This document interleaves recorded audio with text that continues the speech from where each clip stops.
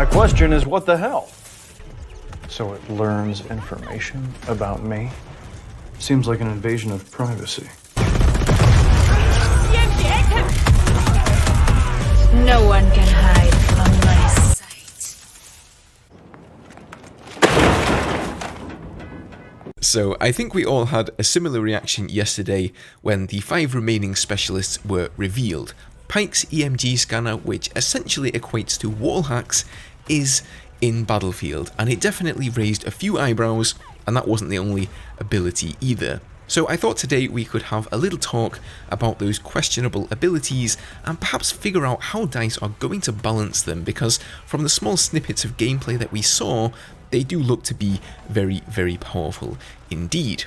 Now, before we get into this, I will say we've only seen these new specialists in action during this small trailer segment, and I don't want to go ahead and judge the way this has been balanced solely from that. I think that would be unfair towards DICE. It's easy to look at that trailer and then just call out Paik and Sundance to be the favoured specialists, but I'm going to wait until I've played the game a good while, and if it turns out that Ji-Soo-Paik is ridiculously overpowered, then we'll have something to talk about. Okay, so the description of the EMG-X scanner simply reads, makes enemies visible even through walls. The first thing to note is that this ability does of course have a cooldown, so the clip we see lasts for about 5 seconds, and there seems to be about 3 seconds of battery life left when the clip ends, so the ability probably lasts for about 8 seconds in total. Something else I noticed is that the spotting isn't permanent. Firstly, it only spots players who are in cover.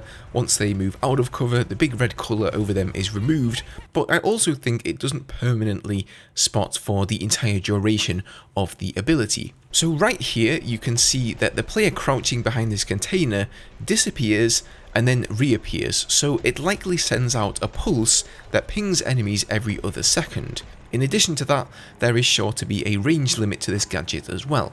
Now, all that being said, I think that pinging players every other second and being able to see them move in real time is way too powerful. When I first heard about this ability, I assumed it would be a pulse that you could send out to ping enemy locations behind cover and, you know, get a snapshot of where they are, but then after that, their location would be unknown. We don't yet know if the enemy players are even alerted to the fact that they're visible to Paik, but I definitely think that should be the case. We can all see how this ability is incredibly strong for Paik, but let's look at it from the perspective of the poor sod who thinks he's safe behind cover. If Paik is able to see you in real time and know exactly where you are without you even being alerted, there's absolutely nothing to stop her pre-firing you around that corner. And that would indeed make this ability very overpowered.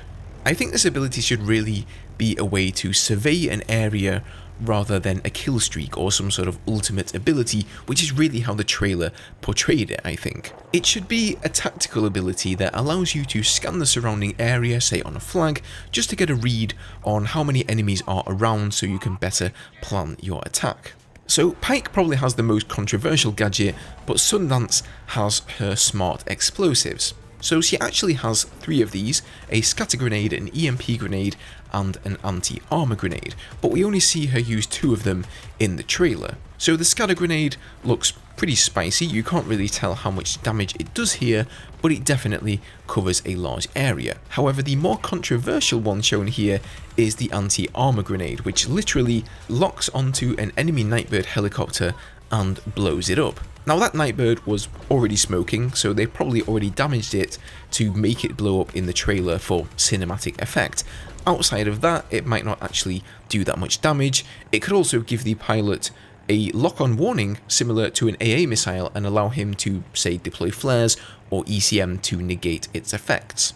So whilst I do think this is a pretty cheesy arcadey gadget, I'm not too worried about the anti-vehicle mine specifically. However, if you look at the reload system for these, it appears that she has 2 charges, and those charges are on separate cooldowns, which means that she can use a grenade and have it recharging while still having the other one in her back pocket should a sketchy situation arise.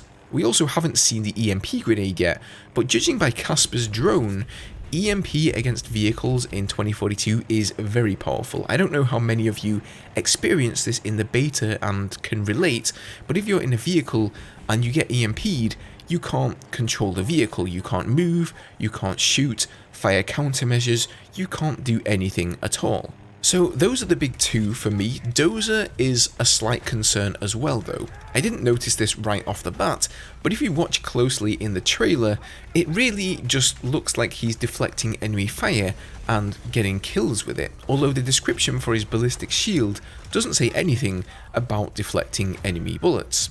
Now, we've all experienced characters with Riot shields in games before, and let's face it, they're usually a cheesy gadget which most people use to troll people. I know what DICE are thinking with this deflect ability, it'll make for some great battlefield moments, right?